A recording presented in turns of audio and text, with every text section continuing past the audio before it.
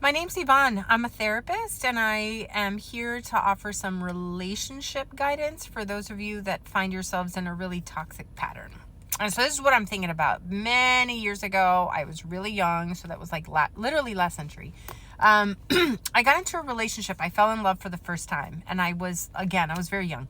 And so I fell in love and I gave this person and this relationship everything. And I was so excited to be like, quote, in an adult relationship.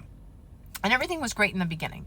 And I just remember that literally out of nowhere, right? It was like maybe month 3 that I showed up to my boyfriend's house at the time, and he came out screaming and yelling at me and essentially breaking up with me because he'd found out that I had dated somebody that we worked with 6 months before him and I got together, but he was upset that I had never told him that.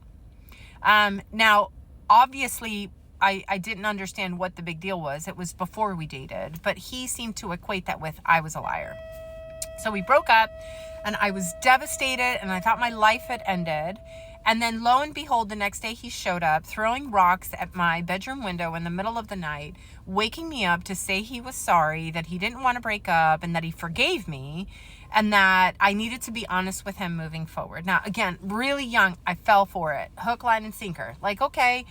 I was so relieved that we were back together that I was willing to do whatever it took to keep us together. Okay. Now, over time, what ended up happening is, this just kept repeating. There would always be something that would trigger him. And then he would explode and he'd be really angry and he would accuse me of lying. And then we would break up and then I would wait and he would come around and say he was sorry. And we got into this pattern. And so what I didn't realize, obviously, until much later is what was happening is the following. It was like there was 2 levels of pain. The first level of pain was the actual reaction that he would have. The screaming, the yelling, the explosiveness. He never physically abused me, but the verbal abuse was real. So that reaction was terrifying. So being in that was scary. The second thing that terrified me, even more than the actual reaction in the situation, was the unpredictability of his behavior. And so I could get in the car with him going somewhere. He would give me a kiss and everything would be great. And then suddenly out of nowhere, I would say something. And I never knew what it was. I could never understand what I did, but I would say something and it would just trigger him and he would go off and then road rage. And again, terrifying. Now, I didn't realize that over time, I became very addicted to the highs in our relationship. And I came to feel such a sense of relief when we had that high that I got hooked on that. And of course, I didn't see it at the time, but when things were bad, they were very, very bad. And I was devastated, but I was always holding out hope that he would do something to signal to me that we were back to that high. And guess who was in charge of that emotional roller coaster? He was in charge of that emotion roller coaster. He was in charge of my emotions. And I readily handed over that power because I just didn't know better. Now, I eventually over time realized that I didn't want to do this anymore.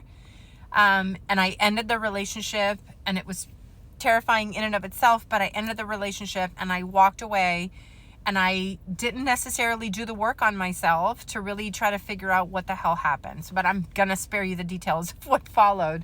But for those of you if you're in that situation, or you're not even sure, like you're going through something with somebody that you thought was a certain type of way and they've changed on you, and now there's this like manipulation of your emotions, there is a way out. And it's a process for each person.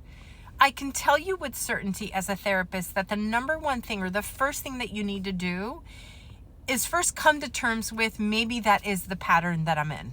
Like, is it possible that I am in a relationship and I am addicted to the highs of our relationship? And I'm not seeing that when I'm not high, that I am struggling and I have anxiety and I have fear and I'm worried. And if that is the case, okay, why don't you just go ahead and sit with that first. Sit with that reality and accept it. And don't judge yourself. Don't berate yourself. That doesn't help you or anybody. Just accept it and be like, shoot, this is where I am. Okay? The second step that I always suggest to clients is not necessarily like, listen, just end the relationship. Now, if If there's domestic violence and there's physical abuse, of course, I'm going to tell a client, look, it's not healthy to be here. But even so, it's a client's decision. So it's your decision. But I think the second thing that I would suggest is, rather than, if you're not ready to completely cut this person out, right, you need to start building your own world, because what has happened is you have become completely reliant on another person for your emotional health. And so rather than just cut that out, is find other sources that come from you, that you're in charge of, that you have full control over, is find other sources of emotional health. Find other places where you find your self-worth, meaning don't outsource your self-worth to other people. You need to work on that for yourself. And I've said this in other videos, a way that you can start doing that is doing maybe some hard things to kind of build that resilience. So you need to eventually come to a place where if you cut this person out, you still have another world that you've built, right? Because I know that what scared me in this relationship is so much of my entire world revolved around this person. Everything was this relationship. And so the thought of breaking up with him terrified me, because it felt like then I would have nothing. My world was over. Of course I felt that way.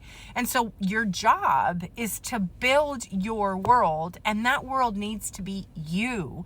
It cannot be something that you have to rely on somebody else to give you. Now, again, this is a process. You are not going to build your world overnight. But you need to do it little by little, and you are the only person who's going to know when it's time to finally get off that roller coaster that he or she is controlling. I hope this is helpful. If you have any ideas about a video that you'd like to see, feel free to shoot me a message, to leave a comment. I do my best to read all the comments. And good luck to everybody in some kind of toxic relationship hustle. Bye.